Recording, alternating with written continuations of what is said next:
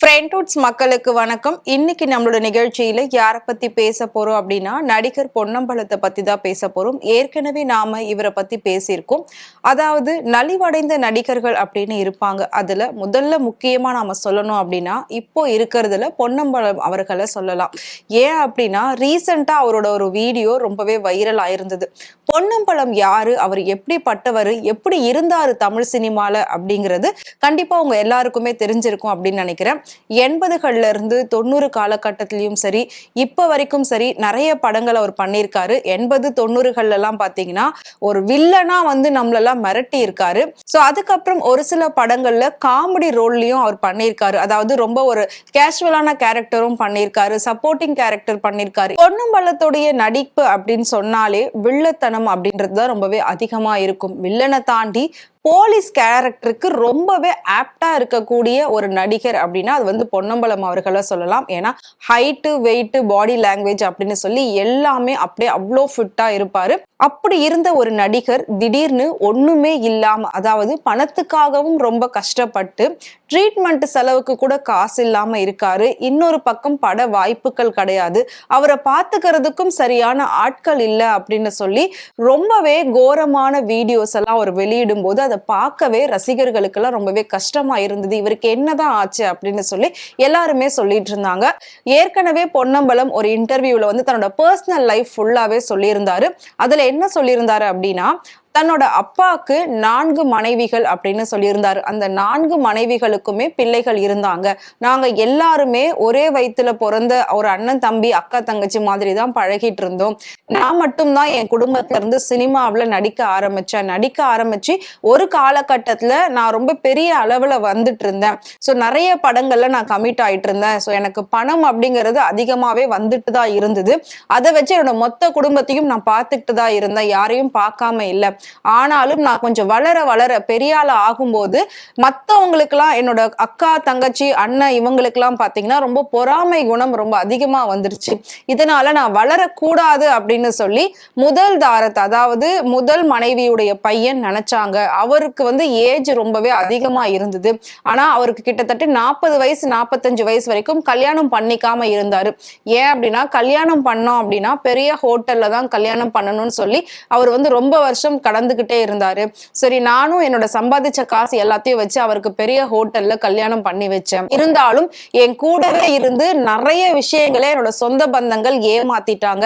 அதுக்கப்புறம் பாத்தீங்கன்னா எனக்கு செய்வினை வச்சாங்க. நான் நல்லா இருக்க கூடாது, உயிரோட இருக்க கூடாதுன்னு சொல்லி செய்வினை வச்சாங்க.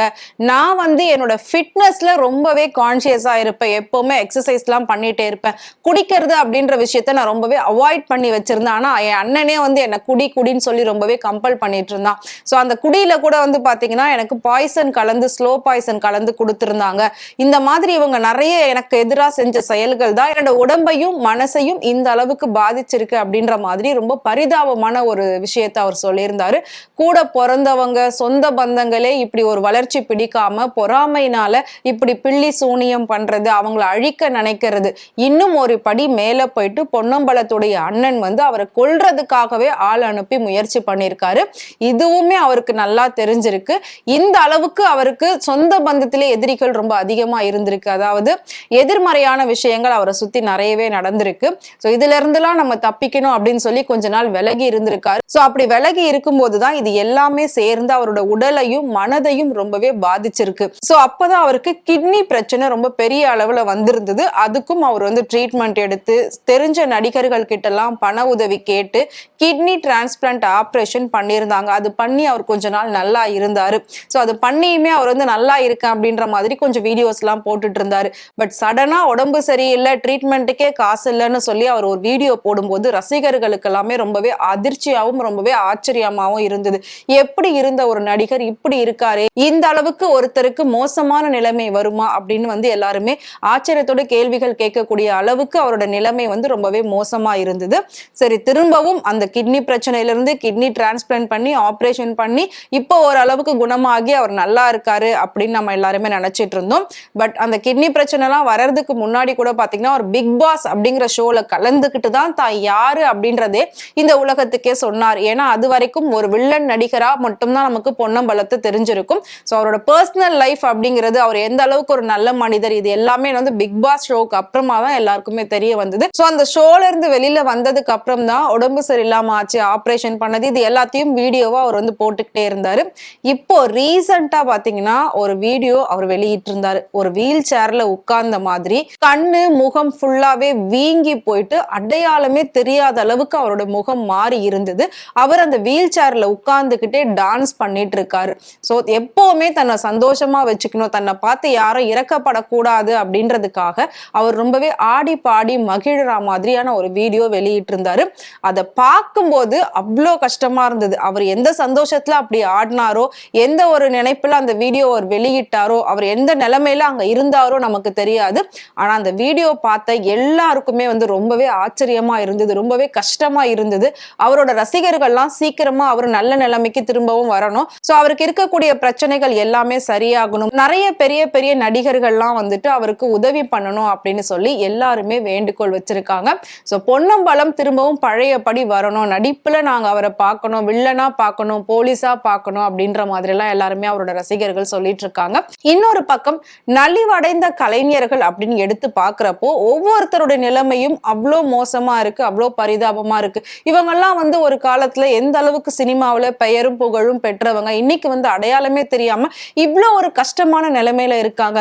ஒரு மிடில் கிளாஸ் பீப்புள் கூட ஆரம்பத்துல இருந்து லாஸ்ட் வரைக்கும் ஒரே மாதிரி ஒரு லைஃப் தான் வாழ்ந்துட்டு இருக்காங்க. அப்படி இருக்கும்போது திடீர்னு உச்சத்துல இருக்காங்க, அடுத்த நாள் பாத்தீங்கன்னா அப்படியே எதுவுமே தெரியாம, ஆளே அடையாளம் தெரியாம ஒரு ரோட்டோரமா இருக்கக்கூடிய ஒரு சூழ்நிலையெல்லாம் வந்து ஏற்படுது. சோ ஏன் சினிமாவில மட்டும் இப்படி எல்லாம் நடக்குது அப்படின்னு சொல்லி தொடர்ந்து பொதுமக்களும் கேள்விகள் கேட்டுட்டு வராங்க. அதாவது பணம் கிடைக்கும் போது நமக்காக கொஞ்சம் சேர்த்து வைக்கணும், எல்லாமே சேவிங்ஸ்ல கொஞ்சம் இருக்கணும், அப்பதான் கடைசி காலத்துல கண்டிப்பா நம்மளை பாத்துக்கிறதுக்கு யாராவது ஒருத்தர் நம்ம கூட இருப்பாங்க. ஏன்னா இந்த காலகட்டத்துல பணத்துக்கு இருக்கக்கூடிய ஒரு மதிப்பும் மரியாதையும் மனிதர்களுக்கு கிடையவே கிடையாது. எந்த மனிதர்கிட்ட பணம் இருக்கோ அவங்கள சுத்தி மிகப்பெரிய ஒரு கூட்டம் இருக்கும். எந்த மனிதர்கிட்ட பணம் இல்லையோ, ஒரு நல்ல மனசு மட்டும்தான் இருக்கு அப்படின்னா அவரை சுத்தி எதுவுமே இருக்காது, அவர் மட்டும்தான் இருப்பாரு. ஒரு வெறுமையான வாழ்க்கையை தான் அவரால் வாழ முடியும். நல்ல மனசை வச்சு இந்த காலத்துல அது மட்டும் தான் பண்ண முடியும் அப்படின்னு நான் நினைக்கிறேன். சோ பொன்னம்பலம் சீக்கிரமா மீண்டு நல்லபடியா வரணும். அவரோட இந்த வீடியோவை பார்க்கக்கூடிய மத்தவங்கலாம், மத்த நடிகர்கள்லாம் அவருக்கு ஏதாவது உதவி பண்ணி அவருக்கு திரும்பவும் பட வாய்ப்புகள் கொடுக்கணும், ஓரளவுக்கு அவரை பழைய நிலைமைக்கு திருப்பணும் அப்படின்னு சொல்லிட்டு தான் எல்லாருமே கேட்டுக்கிறோம். ஸோ ஃப்ரெண்ட்ஹுட் சார்பாகவுமே அவர் சீக்கிரமா நல்லபடியா குணமாகணும் அப்படின்னு சொல்லி வேண்டிக்கிறோம். உங்களுக்கு பொன்னம்பலத்தை பிடிக்கும், நீங்க அவரை சினிமாவில் பார்த்து ரசிச்சிருக்கீங்க, அவரோட நடிப்பை பார்த்து மிரண்டு போயிருக்கீங்க அப்படின்றது உண்மைனா அவரை பத்தி மறக்காம கமெண்ட் பாக்ஸ்ல எங்களுக்கு கமெண்ட் பண்ணுங்க. இதே மாதிரி சினிமாவை பத்தியும் சினிமா நடிகர் நடிகைகளை பத்தியும் டே பை டே அப்டேட் நீங்க தெரிஞ்சுக்கணும் அப்படின்னு நினைச்சீங்கன்னா மறக்காம ஃப்ரெண்ட்ஹுட் சேனலை ஃபாலோ பண்ணிக்கோங்க.